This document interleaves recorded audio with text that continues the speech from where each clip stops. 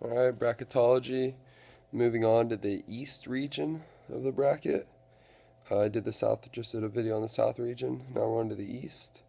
The top four seeds were number one, Virginia, number two, Villanova, number three, Iowa State, and number four, Michigan State. I think this is a very, very hard bracket to call. Maybe the most difficult, to be completely honest. Um, I know people maybe it might not be the toughest, as I think the Midwest and the South are by far the toughest. Um, but I think the East is very difficult to call. A lot of people are on the Michigan State bandwagon. I don't buy it. Honestly, well, let's get to the games and we'll talk when we get there. First round games, I would say the toughest ones are George Washington and Memphis. Tough game to call. I personally like Memphis. I've liked Memphis all year. I've liked George Washington all year too.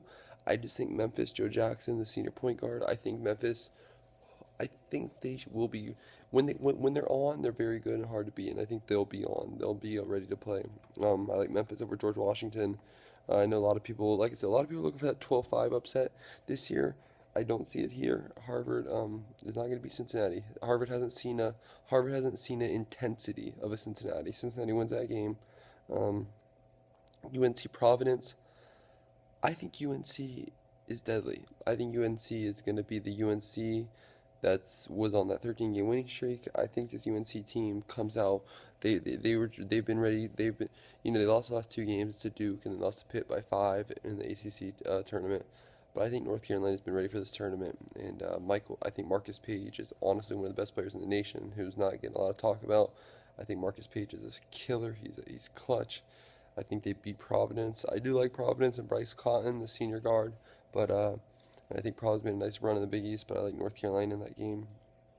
Um, and then UConn versus St. Joe's, 7-10 matchup. Tough game. St. Joe's is hot too, winning the 8-10. But I I think in some instances, some teams are going to be led by a star, and some it's going to be the downfall. I think UConn, though, Shabazz Napier is that kind of team, though, where they will be led by a star. He's the kind of star that knows how to get people involved, averaging 18, 6, and 6 this year. 18, 6, and 6. That's incredible stats in college. Honestly, after Dougie Fresh, probably was the number two guy on the Wooden Award. Um, to win Best Player of the Year or Best Player in America, Shabazz Napier. I think Shabazz Napier carries UConn over St. Joe's. St. Joe's still, I mean, St. Joe's is tough. They had a great year. It's going to be a really good game, but I think UConn, Shabazz Napier does enough, um, gets his players involved early, and they win that game. Second round matchups, I think Memphis or George Washington, whoever wins this game, beats Virginia. I think one seeds are going to fall. And I think they're going to fall in the 8-9 matchup in the second round, or in round three, which would be the round of 32. I think in two of the four regions. I think more people are leaning towards Wichita being one of them, and then either, I think Zona.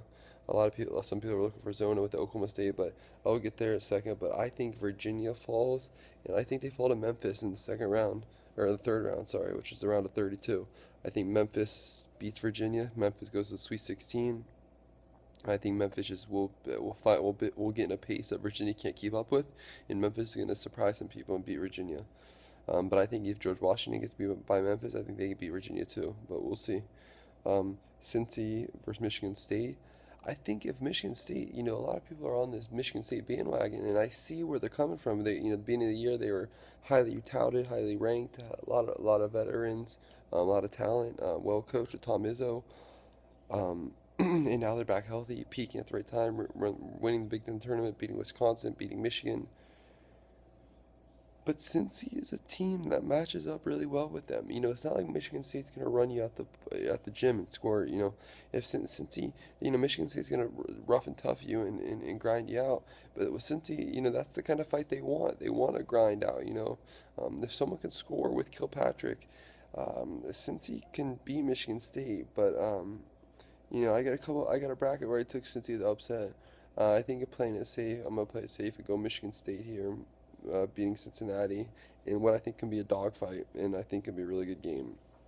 Um, I'm gonna drop down to the 2-7 matchup, which would be Nova and UConn.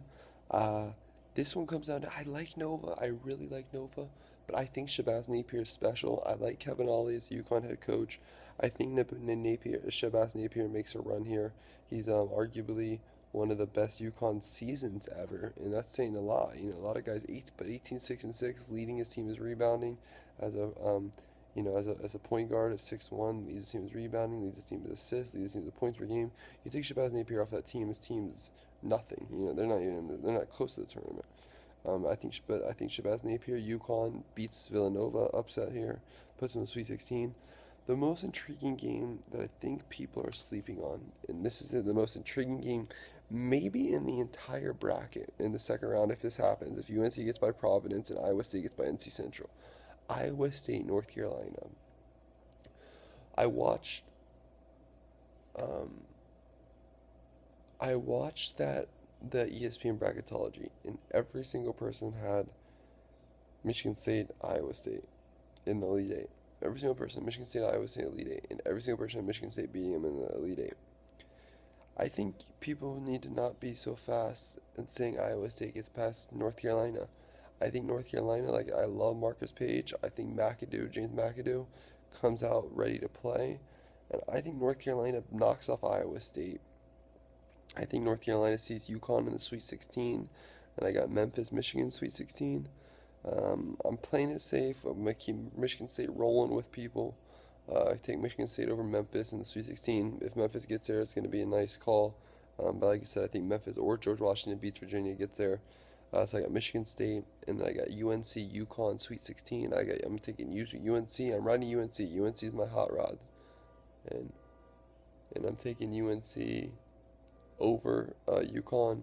UNC meets Michigan State in the Elite Eight, and I'm going this where I'm taking Michigan State. I'm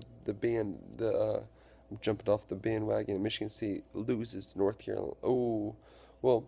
I kind of spoiled that, but yeah, that's what I'm saying. North Carolina is going to the Final Four right there. You know, I wasn't going to call my Final Four, but the South region I didn't say, but this one I have to say it. In the East, I'm going North Carolina Final Four, beats Michigan State in the Elite Eight. Marcus Page and James McAdoo. We will be talking about Roy Williams, the coach, who people are for some reason not talking about. You know, the tournament's about coaching. So to say Iowa State, you're just going to walk over in North Carolina or Providence is a hot team. This is still North Carolina. This team, North Carolina, was hot. Only, and yet they lost the last two games to a hungry Pitt who needed a win to get in, or felt they were really on the border. Lost to Pitt by 5 and lost to Duke. You know what I'm saying? So before that, they were on a 13-game winning streak. And this North Carolina team is going to be ready, and I think they come out of here. Roy Williams is going to be ready to coach. I think North Carolina finds a way, beats Iowa State, and they shoot up. I think they find their way to the Final Four. I really believe that. All right, in this East region, if I were to say 2 players to watch out for, not named Shabazz Napier, Marcus Page, I'm going to say for Memphis, Joe Jackson, senior point guard. And, and then Memphis, Joe Jackson, and let's say in Cincy, Sean Kilpatrick.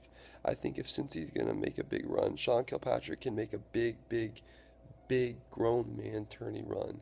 But, he got to put his team on his back, and he's the kind of guy who can drop 30 a game and make a run. But, all right, that's my bracketology for the East region. Cheers.